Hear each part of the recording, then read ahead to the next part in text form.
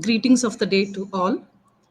Myself, Dr. Shilpa BS, working as Associate Professor, Department of Civil Engineering in Vidyavardhaka College of Engineering, Mysuru.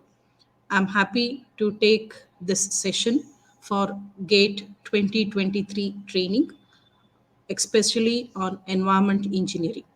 So, in this session, I will be concentrating on the water quality. So, let us know about what are all the concepts which are related with the water quality. So my presentation outline goes like this. So we will going to talk about the water quality and treatment, and then the previous question papers analysis. So this is the syllabus that is given for environmental engineering under the GATE 2023. So water and the wastewater quality and treatment, and then related with the air pollution concepts have been included.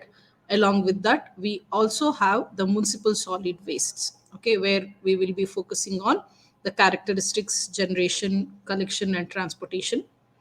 So if we just analyze the previous year GATE papers, so these are all the number of questions they have asked as of now.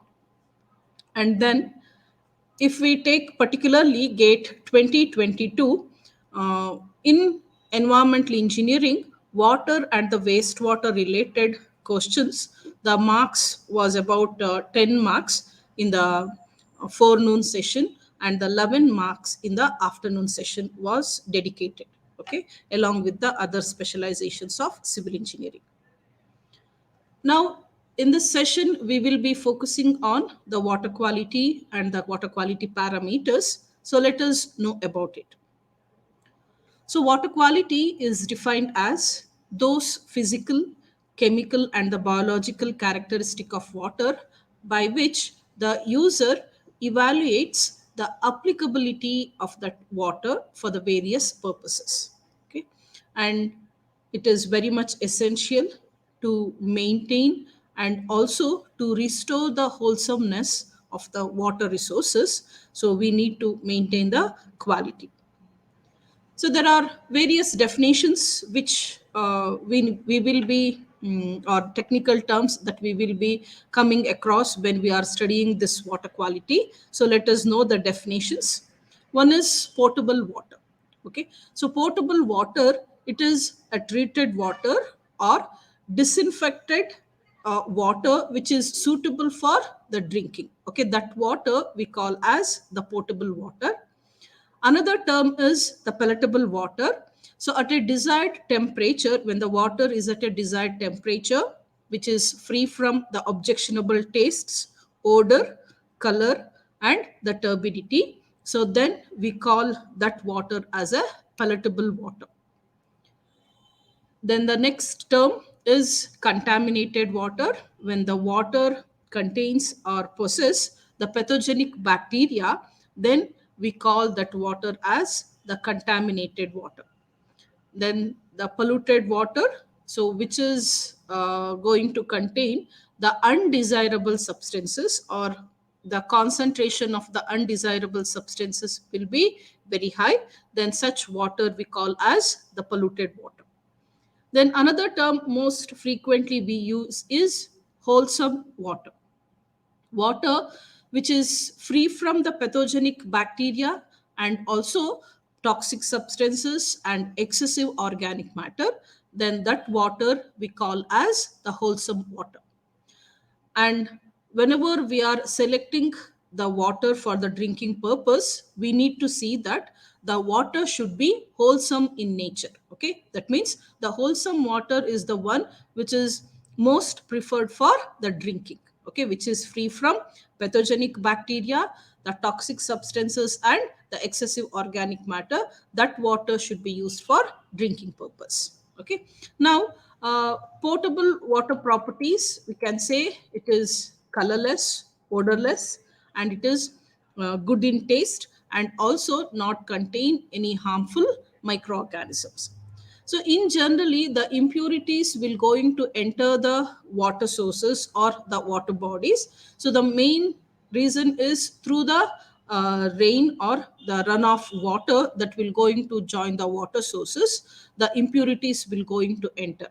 So the rainwater, as it passes in the atmosphere, it will going to have the or absorb various gases, so that carries the dissolved gas.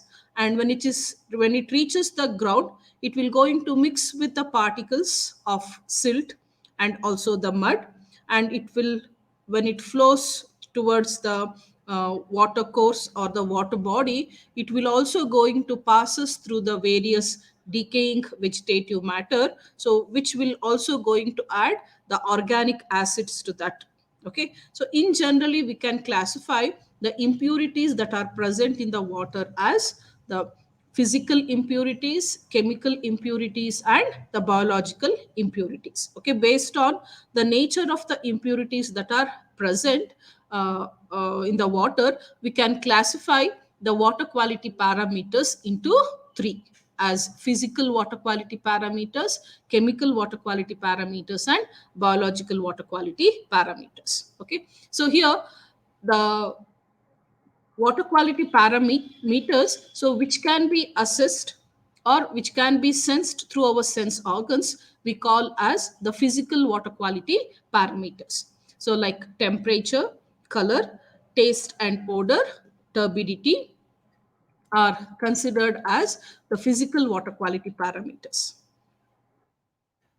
So coming to know more about these physical water quality parameters. So temperature around 10 degrees centigrade is desirable, and above 25 degree it is objectionable in nature. Okay, so there will be slight variation from one person to another person here, but on an average 10 degree is desirable and above 25 is objectionable. Whereas when we come to the color, pure water will be usually colorless in nature, and the color due to the suspended solids, if color is imparted to the water due to the presence of the suspended particles or the matter, then we call such color as the apparent color. But if the in the water color is imparted due to the dissolution of some solids, or we call as due to the dissolved solids, then we call that as the true color.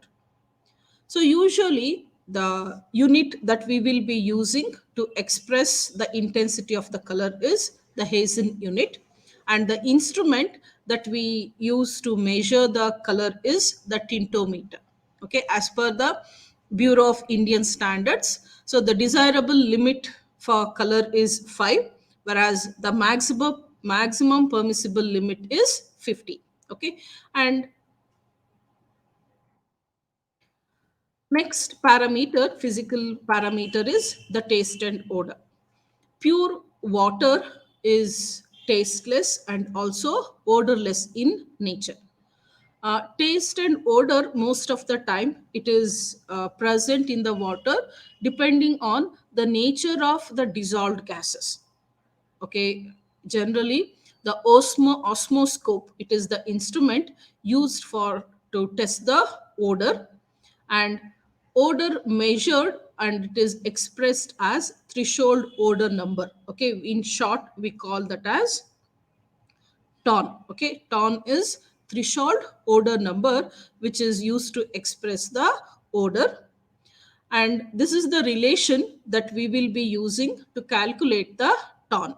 Okay, ton equals to a plus b divided by a, where a refers to volume of the sample with odor in ml, and b corresponds to volume of the distilled water, or we can say the pure water that we are adding to overcome the odor, and then we will be using this relation to calculate the ton. Now let us take one example. If A was a 100 ml sample and 100 ml of water has to be added to not to detect the odor from that water, then based on this data we need to calculate what is the threshold odor number of that water sample.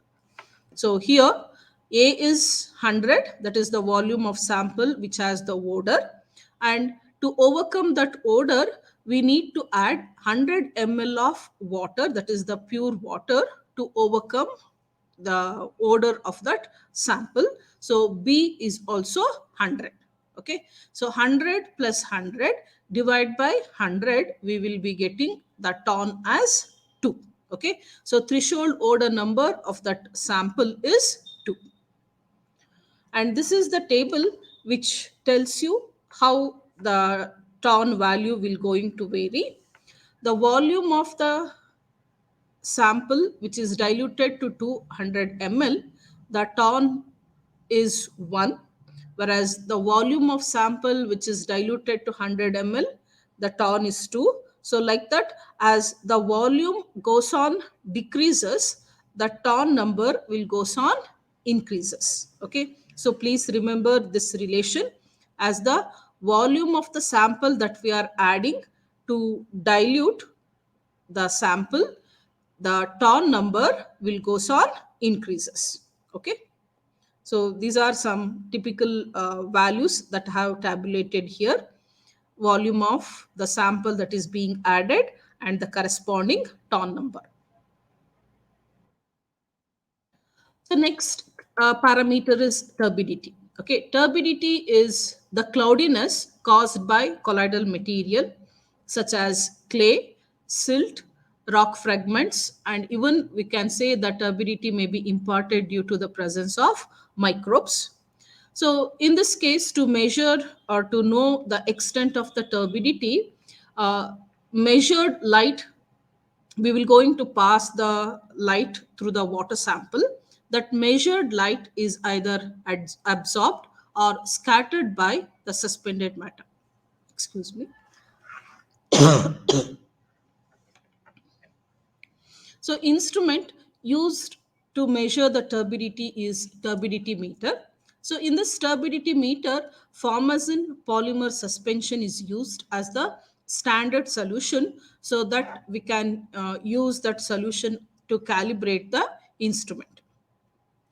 And the unit that is used to express the turbidity is depending on the type of the instrument that we are using to measure. Okay, so there are two types of instrument. One is Neflo turbidity meter, the other one is the Jackson turbidity meter. If we use the Neflo turbidity meter, then the unit is nephelometric turbidity unit. So in short, we call as NTU, nephelometric turbidity unit. Okay, this is the unit most commonly used to express the turbidity, nephelometric turbidity unit. The other units that are used to express the turbidity is Jackson turbidity unit, then Farmer's turbidity unit, then Farmer's attenuation unit, okay, FTU or FAU. These are the other units that can be used, but in these, the most commonly used is NTU. So now let us know the working principle of this turbidity meter. Okay, this is a schematic representation of the turbidity meter. You can see the sample which has the turbidity will be placed in this cell, and when we pass the light ray through that sample, because of the presence of colloidal particles, that light will get scattered. Okay, and that scattered light will be detected by the light detector which are placed at the various angle. So here, in case of depending on the location of the light detectors, we can have two types of turbidity meter. If the light detector is placed exactly in line with the light source, then that instrument is working on the principle of the nephelometry turbidity meter. Okay, so in case of nephelometry turbidity meter, light detector is placed exactly in line with the light source, whereas in the Jackson turbidity meter, the light detector is placed at an right angle to the light path. Okay, if this is the light path, then the detector is placed at right angle to the light path. That is the working principle in the Jackson turbidity meter. So, but here, as I told, most commonly used is the nephelometric turbidity meter. So, the light detector is placed at an angle of 180 degree or in line with the light source.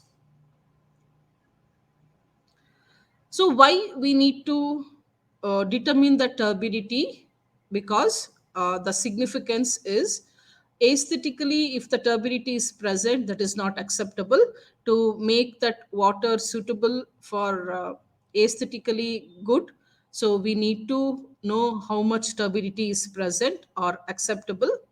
And then it will going to affect, if the turbidity is in water sample, it will going to affect the filterability of that water, and also it will going to have an effect on the efficiency on the disinfection process. Okay, to have more effective filtration and then the effective disinfection process, we need to know what is the turbidity of that water sample, and based on the concentration of the turbidity, we have to take some suitable measures whenever we are dealing with these treatment methods.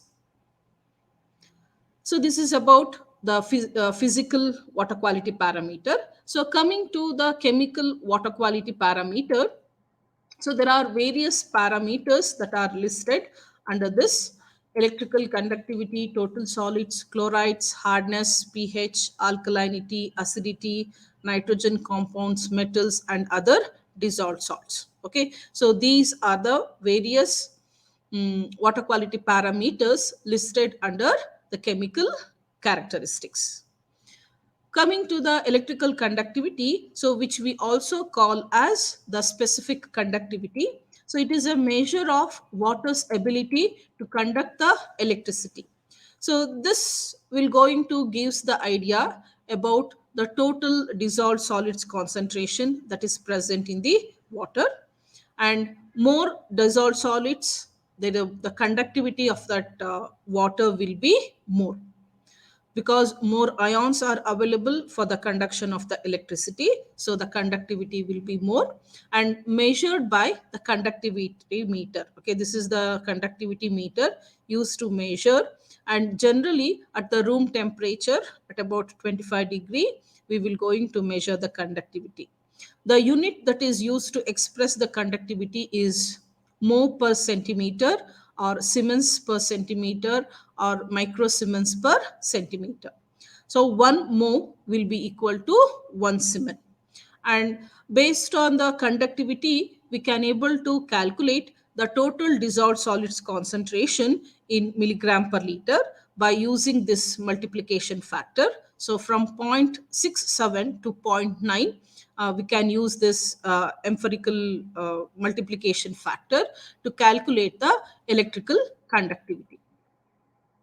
So these are some conversions.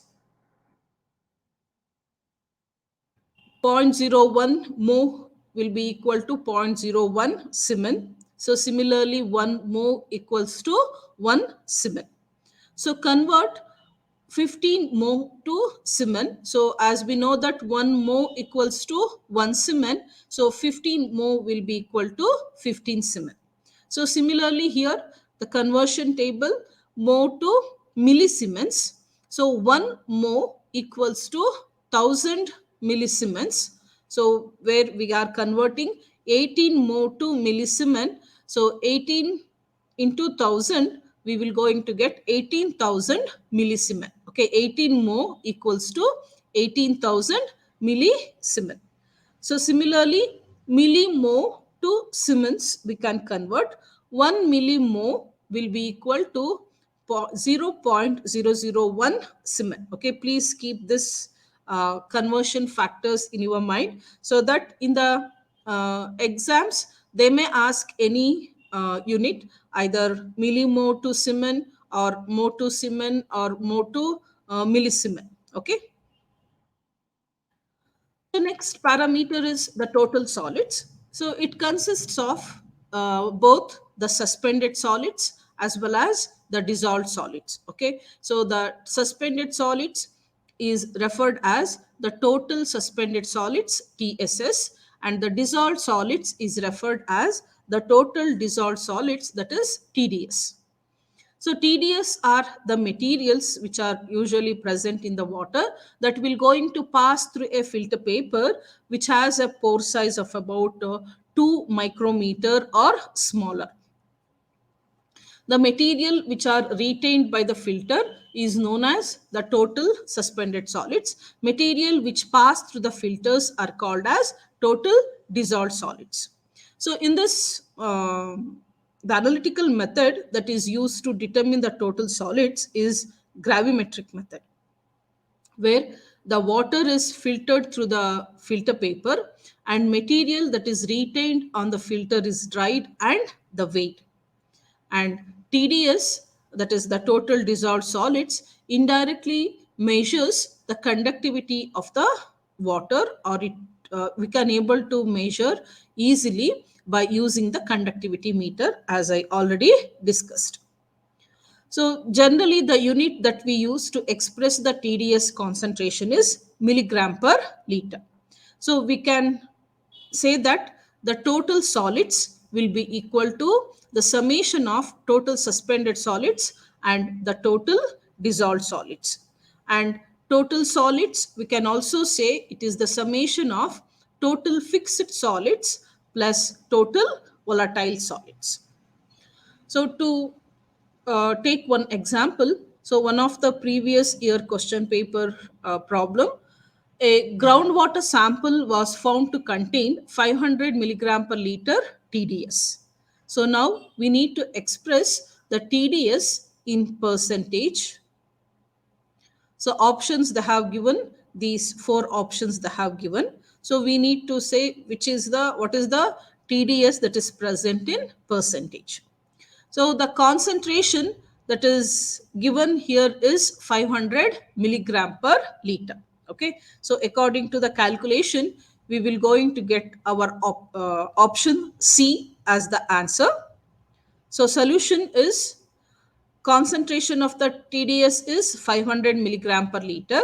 So it is to calculate in terms of percentage, 500 milligram, that is 50 mg per 100 ml, and then 100 ml per 1000 ml, because we need to convert it into, this liter has to be converted, so we are multiplying this. When we simplify this, we will going to get the value as 0.05. Okay, so that's why in terms of the percentage, the TDS we will going to express as 0.05. Next, to take the another example, a 50 ml sample was taken into a conic silica crucible. The empty weight of the crucible is 54.356. The crucible with the sample dried in the hot air oven at 104 degrees centigrade till we get a constant weight of about 55.129 gram. Thereafter, the crucible with the dried sample is fired at 600 degrees centigrade in muffle furnace for 1 hour, and the weight of the crucible with residue is 54.783 grams. Okay, so now based on this data, we need to calculate what is the concentration of total volatile solids. Okay, earlier we have known that total solids is summation of total fixed solids plus total volatile solids. Now to calculate the total volatile solids, we need to determine total solids and total fixed solids. So these are the options they have given, and according to the calculation, we will get the option B as our answer. Okay, so how we will calculate, let us know. So as I told, total volatile is equal to total solids minus total fixed solids. So whatever the values of the total solids, this is the initial weight and this is the final weight after drying in the hot air oven. So this will gives you the total solids, the difference of these two. Then the total volatile solids we can calculate based on whatever the volume of the sample, that is 50 ml we are taking, and we are dividing that by the 1000. So based on that we will going to get the total volatile solids as 6920 milligram per liter. Okay, so why we are dividing it by 50 by 1000? Because the sample taken in the particular the volume of the sample they have taken is 50 ml, so we are dividing by 50 and divided that by the 1000 to convert to liters. Next parameter is chloride. So chloride is present in the form of the chloride salts. So, due to leaching of marine sedimentary deposits or intrusion of seawater or pollution from the industrial and domestic wastewater, there are more chances that we can able to find the chlorides concentration in the surface water bodies. Okay, so high quantity of the chloride concentration in the water indicate the pollution of water due to either domestic wastewater or due to the industrial waste. So, in the laboratories, to determine the chloride concentration, we will be using this titrometric method. So, that too, the Mohs method, which is also called as urgentometric method. Okay, where we will be using standard silver nitrate solution as the titrant, and we will be using potassium dichromate in the titration. So the unit that we use to express the chloride's concentration is milligram per liter. So next is the most important parameter is the pH. As we all know that the definition of the pH is the logarithmic of reciprocal of hydrogen ion concentration, or we can say negative logarithm of hydrogen ion concentration. Okay, so usually this pH value will going to indicates the acidity or alkalinity of the water, and you all know that we will be using the pH meter, which uses the glass electrodes to measure the value. So, acidic water, if the water is acidic, then there are chances of corrosion of whatever the plumbing fixtures or the conveyance pipes will be more. If the water is highly alkaline, then that also leads to the deposits, sedimentation deposits within the pipeline and reduces the carrying capacity. Okay. So let us take one problem on this pH. Effluent from an industry A has a pH of 4.2, and effluent from another industry B has double the hydroxyl ion concentration than the effluent from industry A. The pH of the effluent from the industry B will be dash. Okay, so we need to calculate what is the pH of the industry B based on its hydroxyl ion concentration. So these are the four options, and the answer is B, that is 4.5. So how we got the pH value as 4.5? Let us know. So A industry pH is 4.2, and pOH of the industry uh, A is 9.8. Okay, 14 minus 9.2, that is 14 minus pH value will give us the pOH value, that is 9.8. So when we calculate based on this pOH, when we calculate the hydroxyl ion concentration of A, we will get 10 to the power of minus 9.8 mole per liter. And we got that industry B has double the hydroxyl ion concentration than that of the industry A. So I can say industry B hydroxide ion concentration is twice 10 to the power of minus 9.8 moles per liter. So when we calculate the based on this concentration of the hydroxyl ion, when we calculate the POH is 9.5. Okay, so based on this, I can say pH of the industry B will be 14 minus 9.5, that is 4.5. Next parameter that we are knowing is about acidity. So acidity is mainly due to the presence of mineral acids free from carbon dioxide and sulfates of iron and the aluminium in the water. And we all know that the acidity is expressed as milligram per liter of CaCO3. Okay, here CaCO3 equivalent weight is 50, and based on this, the titrant that we are using in the determination of the acidity, that is sodium hydroxide, we will be using of strength N by 50, that is zero point zero 0.02 normality. And we know that acidity can be imparted either due to the mineral acids, then we call that as the mineral acidity, or due to the dissolution of the carbon dioxide, so which we call as carbon dioxide acidity. Okay, so it is determined by titrating with the standard sodium hydroxide solution. Now, coming to the alkalinity, alkalinity in the water is caused due to the presence of carbonates, bicarbonates, and hydroxides of sodium, calcium, and magnesium. So, excessive alkalinity will going to cause us the bitter taste and sedimentation deposits in the pipes.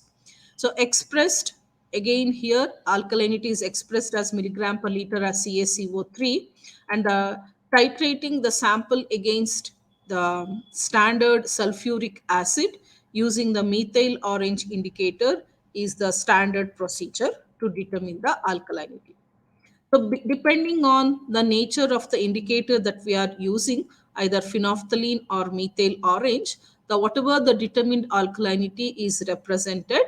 So, if we are using the phenolphthalein as the indicator, then the alkalinity we will be expressing as phenolphthalein alkalinity, that is P.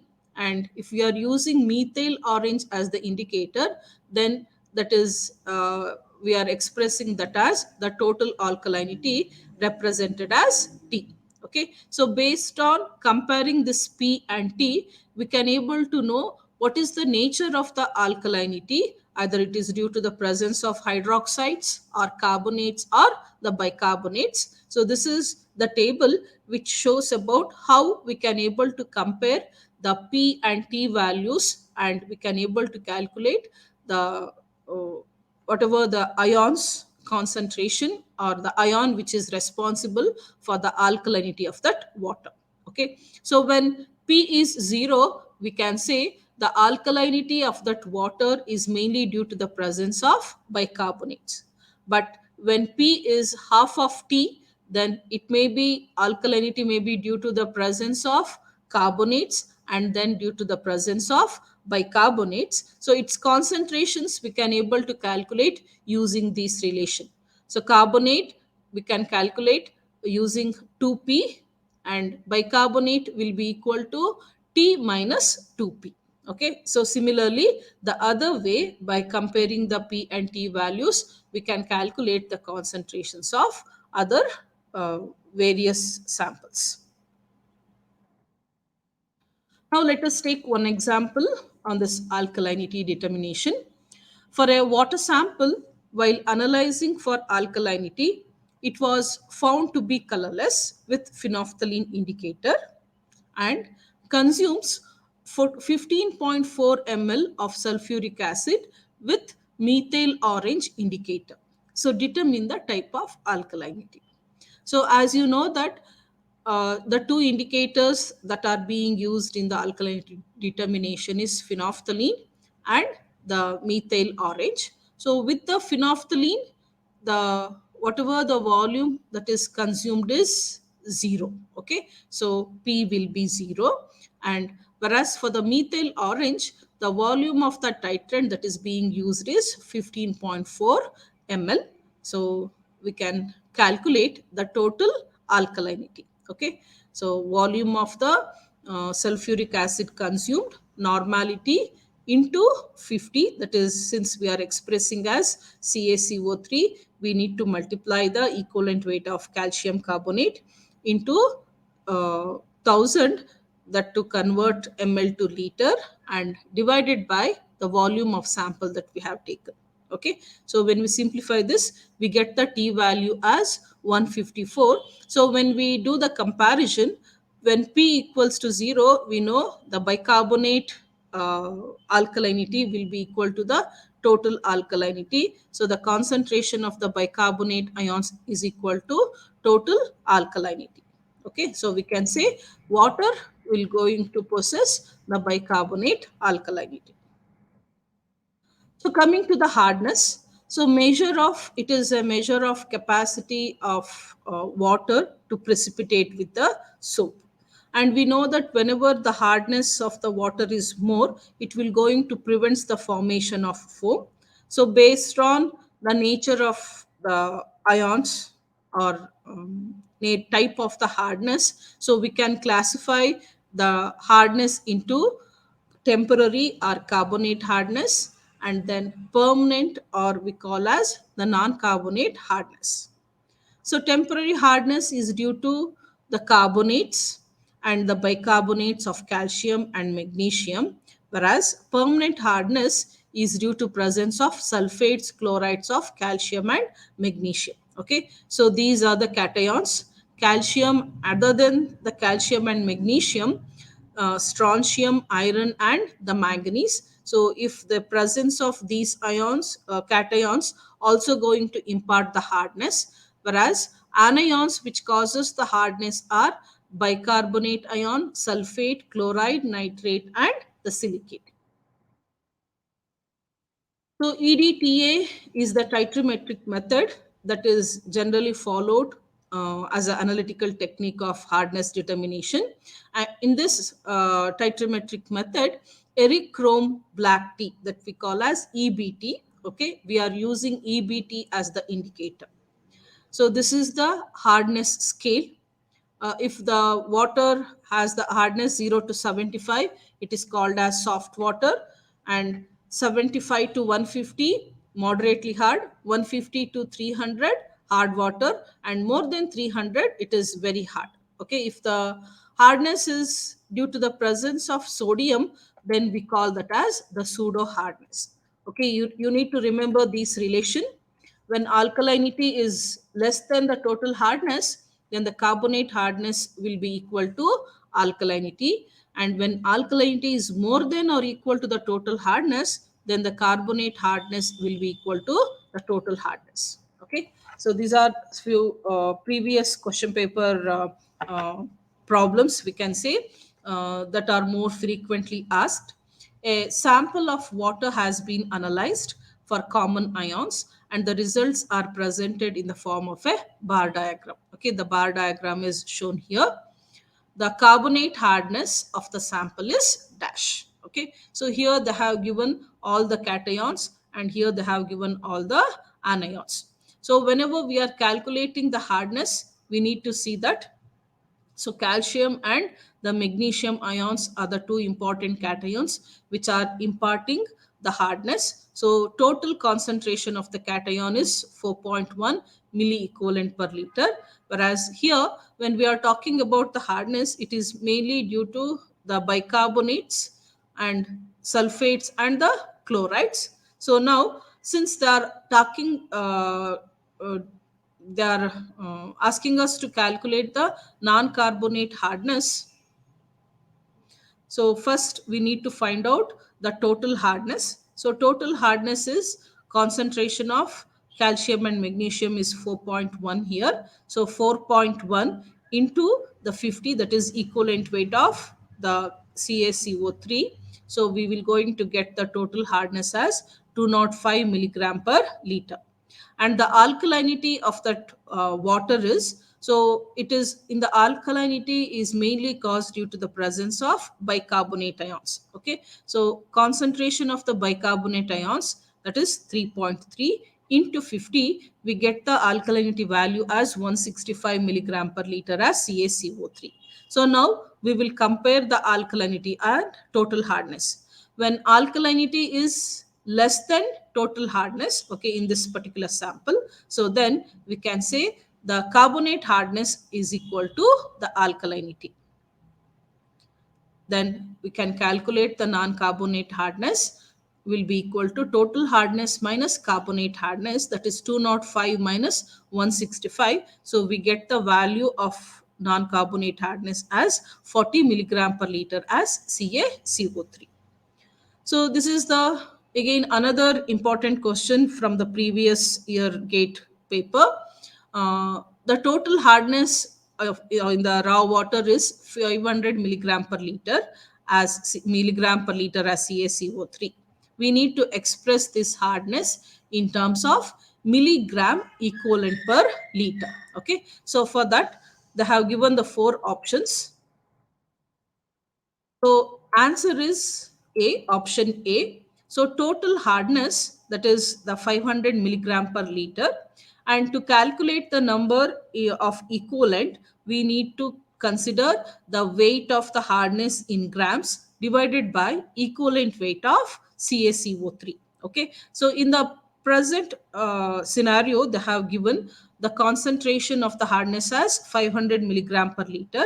So that we will be expressing as 500, we will be expressing as the grams. Milligrams we need to express as grams. So 500 into 10 to the power of minus 3 grams divided by the equivalent weight of CaCO3 is 50. Okay, 50 gram per equivalent. So when we simplify this, we get the value as 0.01 equivalent. Okay, so since they are asking us to express in terms of milligram equivalent, so 1.01 equivalent we need to express as milli equivalent. So 0.01 into 10 cube, we can write that as milli equivalent. So when we simplify this, we will going to get the value as 10. 0.01 into 1000 or 10 cube is 10. So 10 milli equivalent is the answer for this particular case. Okay. So this is the question which is asked in the previous 2022 GATE paper. Next, coming to the nitrogen and its compounds. So there are various forms of the nitrogen we are having. Free ammonia nitrogen, organic nitrogen, nitrite nitrogen, nitrate nitrogen. So here spectrophotometric method is used to determine the nitrate concentration. For potable water, free ammonia concentration is limited to 0.5 milligram per liter, whereas organic nitrogen is limited to 0.3 milligram per liter. So ammonia nitrogen, again there is a problem here. Ammonia nitrogen is present in the given sample as ammonium ion and ammonia. If the pH is only the deciding factor for the proportion of these two constituent, which of the following is a correct statement? Okay, so they have given the four option. So in these four option, answer option C is correct. Okay, which says that at pH 7 ammonia ion will be predominant. Okay, we have studied the about this. So the variation of the ammonia concentration with the pH. So according to this graph, we can say that the ammonium ion will be predominant at pH 7. So there are other metal ions which are present in the water. It can be iron, manganese, copper, lead, cadmium, chromium, arsenic, and fluoride.